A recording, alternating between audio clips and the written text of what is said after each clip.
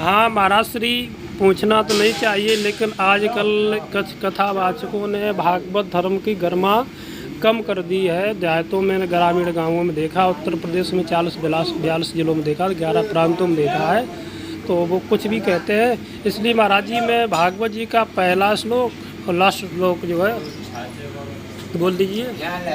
देखिए महाराज जी, हम किसी के कर्म आप बोल रहे थे, हम किसी को देखो, सब जो भगवान की चर्चा करे, जो भगवत चर्चा करे, जो सनातन का प्रसार करे, वही हम उसी को मानते हैं, सनातनी है, जो सच्चा सनातनी हो।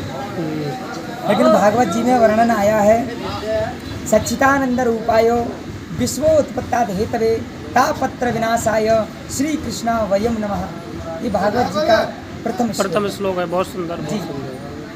और भागवत जी सत्य चित आनंद, जो सत्य की तरफ और चित्त अपने परमात्मा में लगा दे, वही सत्य चित आनंद और सच्चिदानंद, कोई भगवत धाम की प्राप्ति कर लेता है।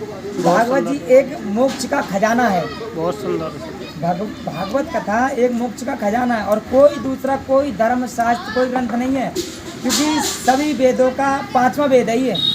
भागवत जी महाराज जी पढ़ना है कि 5वां वेद है भागवत, श्रीमद् भागवत महापुराण, ये 5वां वेद बताया जाता है। ये प्रथम श्लोक दिया और लास्ट में श्लोक दिया है, नाम संकीर्तनम यस्य सर्व पाप प्रणाशनम प्रणामो दुख समनस्तम तम नमामि हरिम परम, तम नमामि हरिम परम। ये भागवत जी का, क्योंकि भागवत जी हम लोग करते हैं तो ये तो सभी जानते हैं कि 7 दिन का 7 जन्म में वो पूरी भागवत नहीं पढ़ पाएंगे, नहीं कह पाएंगे।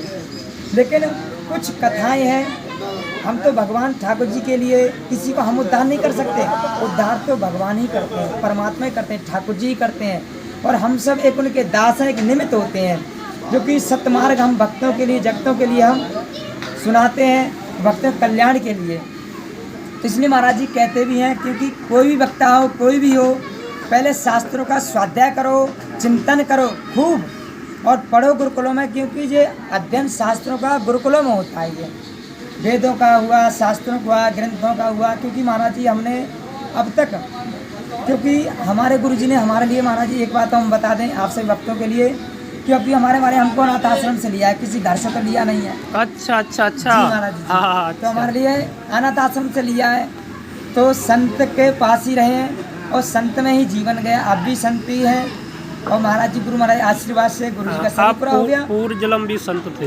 अब ये तो महाराज जी नहीं कह सकते, मैं कह रहा हूँ, लक्षण मिल रहे हैं ना। नहीं ये तो लेकिन अपने मुंह से नहीं कह रहे, मैं कह रहे हैं पूर्व जन्म भी संत। ये तो महाराज जी आपकी मानते, क्योंकि प्रारब्ध, हाँ मानते हैं, क्योंकि जैसा प्रारब्ध होता है वैसा ही फल मिलता है।